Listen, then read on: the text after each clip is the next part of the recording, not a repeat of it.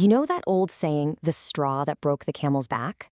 Well, what happens when that last straw lands on a person?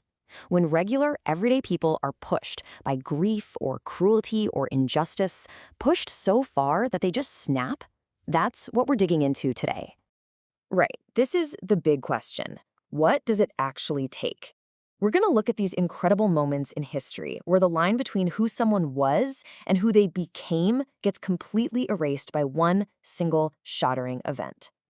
And we're going to do it through three amazing true stories. We've got a Soviet widow who literally bought a tank to get her revenge, a pirate whose cruelty became the stuff of absolute legend, and a rebel who was seen as both a hero and a villain. And by the end, we're going to ask what these extremes really tell us about, well, us. All right, our first story kicks off in the Soviet Union right in the middle of the brutal fighting of World War II. This is the story of a woman named Mariya Oktyabrskaya, and a love so powerful it literally fueled a war machine. I mean, just look at this contrast. It's staggering. On one side, you have Mariya, the perfect Soviet military wife. She was on the Wives' Council, a trained nurse, just totally devoted to her husband, Ilya. And on the other side, you have what the war turned her into, a revenge-fueled tank commander known as the fighting girlfriend. So here's how it all went down. After 14 happy years together, Ilya gets sent to the front lines in 41. Mariya gets evacuated to Siberia, and she just waits and waits. For 2 whole agonizing years, she's holding on to hope. And then, in 1943, the letter finally arrives. Ilya had been killed 2 years before, right at the start of the war. And that 2-year delay, that's the whole story right there. The hope she'd been clinging to for so long was just a ghost. Her grief didn't just turn into sadness. No, it exploded into pure, unfiltered rage. And her only thought became revenge. And this is where her focus becomes just incredible. She didn't just wish for revenge, she engineered it. She sold every single thing she owned, donated the cash for a top-of-the-line T-34 tank. And then she writes a letter, probably all the way up to Stalin himself, with one demand you could not negotiate. I want to be the one to drive it. And what's wild is they said yes. So in memory of her husband, she names her tank Fighting Girlfriend. But when she shows up to her unit, her all-male crew, they think it's a joke, a publicity stunt. They just can't believe they're being sent into battle with a middle-aged woman at the helm. Oh, they were about to be proven so wrong. In her very first battle, Mariya was an absolute natural. She's weaving through the chaos, taking out enemy nests, then bam, a shell disables her tank's treads. Her orders are clear: stay inside. She ignores them, leaps out into a hail of gunfire, fixes the treads, and gets her crew out of there. And just like that, the publicity stunt became their commander. She was promoted to sergeant on the spot.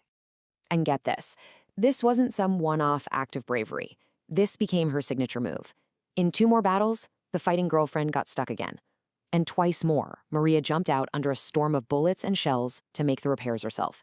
She just refused to abandon her mission or her men. Her personal tour of vengeance lasted just over a year.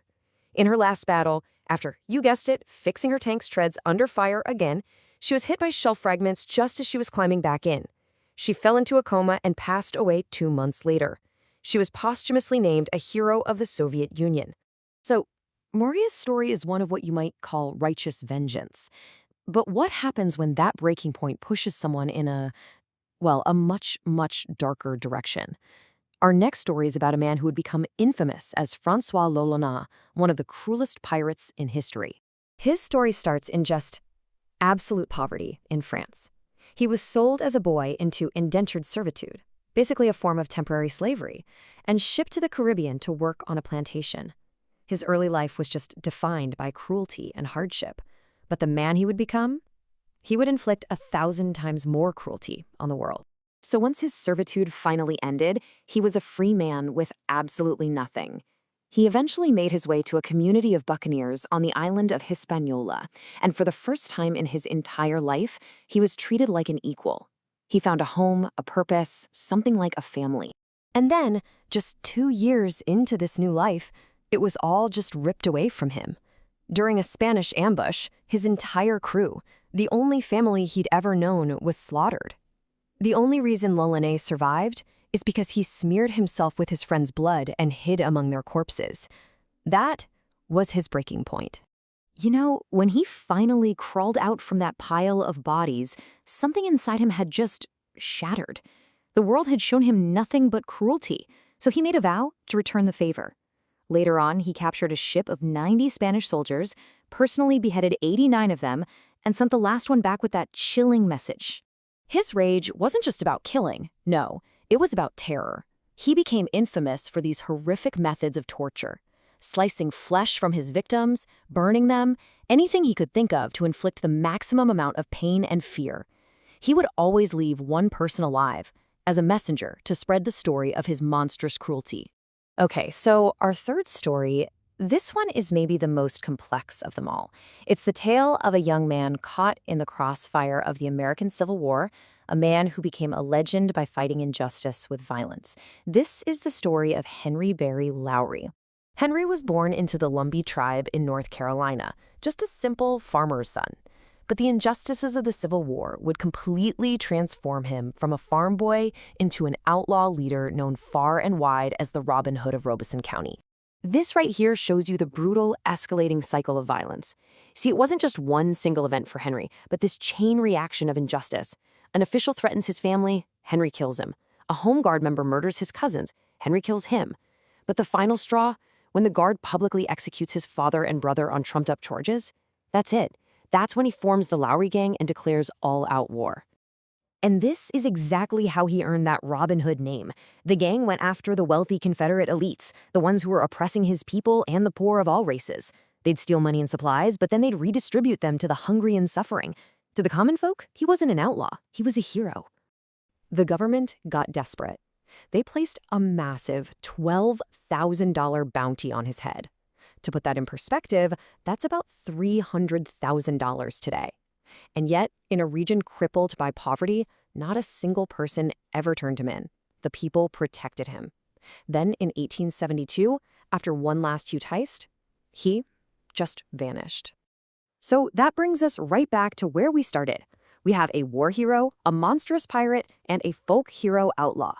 Three completely different people, pushed to the edge by three completely different circumstances.